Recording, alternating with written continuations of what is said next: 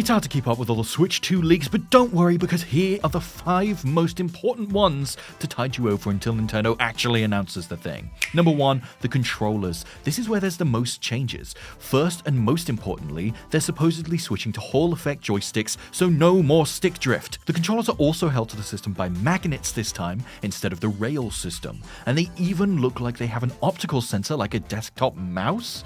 We'll have to wait and see what that's all about. Number 2, the motherboard. The Switch was kind of just off-the-shelf parts, but this time Nintendo's had a much bigger hand in designing the internals of the Switch 2 themselves, and it'll supposedly even have a custom Nvidia chip based on the framework of the newly announced graphics cards.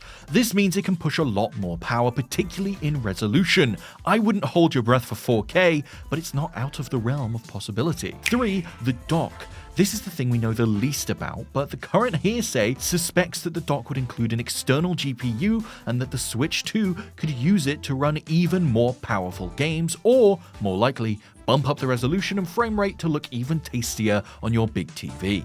Number 4, the ports. One of the most annoying things about the Switch was the charging port being on the bottom, which was great for docking but awful for charging if you're playing in tabletop mode. Well, that's a thing of the past, as the Switch 2 supposedly includes a second USB-C port on top of the system, which also sends the mind abuzz at the prospect of USB-C peripherals that plug into the system. Switch 2 camera, anybody? Finally, we've kind of already seen the Switch 2 thanks to third-party peripherals maker Genki. It's about 12% bigger than the original Switch, but mostly looks the same at first glance, so rest assured, the Nintendo classic strategy of having a hugely popular console and then making and marketing the sequel console in a way that makes it just look like a special edition, so no one buys the thing, like the NES to the SNES, the Game Boy to the Game Boy Color, and of course the Wii to the Wii U, continues to be a Nintendo tradition. What do you think? Are any of these legit, or will the Switch 2 be completely different to any of these altogether?